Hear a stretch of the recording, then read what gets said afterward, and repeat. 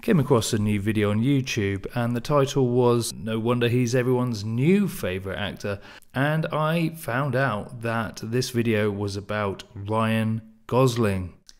So this video was full of gushing praise. I would hope within 15 minutes of video, the author of it would try and give a balanced view, not one that is just gushing, gushing, gushing, gushing. I love, love, love this man.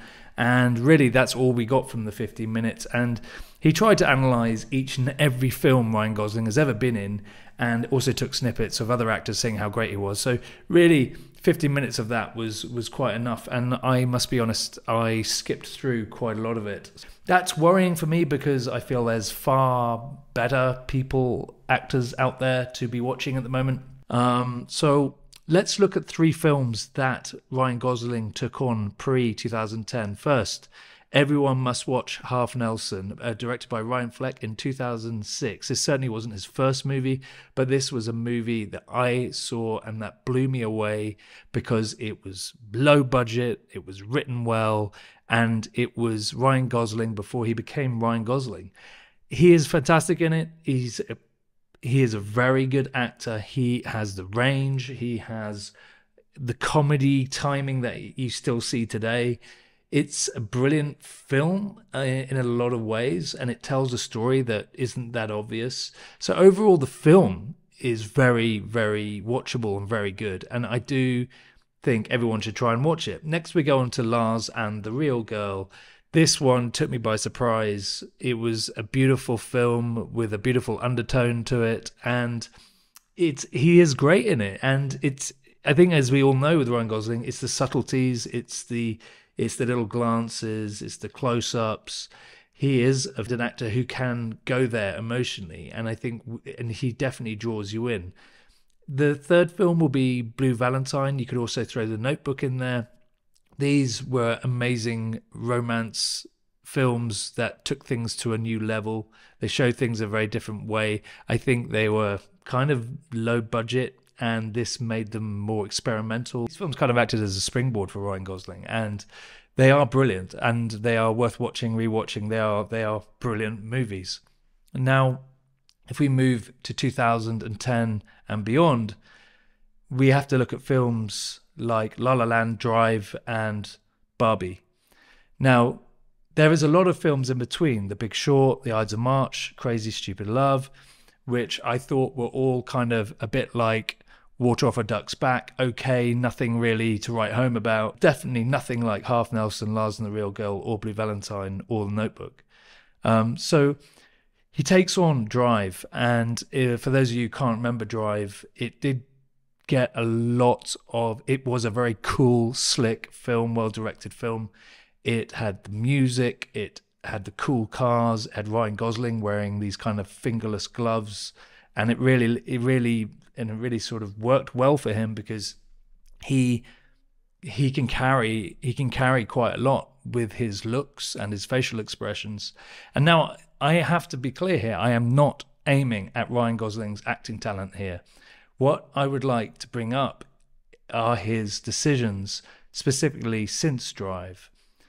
Now, if we fast forward to 2018, La La Land upset me for a number of reasons. Damien Chazelle was just off the back of his extremely good, the Oscar-nominated Whiplash, which was outstanding in my opinion. La La Land for me was Ryan Gosling and Emma Stone being Ryan Gosling and Emma Stone. And this is one of the things I have to pull up about the YouTube video, is that for some reason he thought this was good acting, or this was amazing, or look at the range of Ryan Gosling. At this point, Ryan Gosling is not having to do much apart from acting himself, as cliche as that sounds. If you can see his range and what he can do, he is bringing it all in, literally.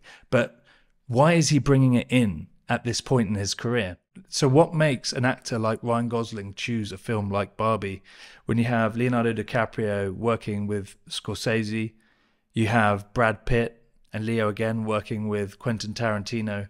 Barbie from the outset was a money-making machine. In an excerpt from Deadline, Oliver Stone says Ryan Gosling is wasting his time making films like Barbie that contribute to infantilization of Hollywood.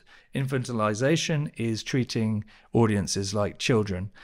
I don't know the conversations that are behind this film with these very talented filmmakers, indie filmmakers, Greta Gerwig and Ryan Gosling, whether money was just not spoken about. But this film, to me, seemed like an easy play. He isn't going to take on maybe the Oliver Stone type movies. He's not going to take on JFK or anything that's going to rock the boat, and nor does he need to. He should be choosing films which have meaning to them, and a meaning that goes beyond just trying to sell Barbies to children, or just putting a smile on people's faces because they want to go and have a nice time at the cinema.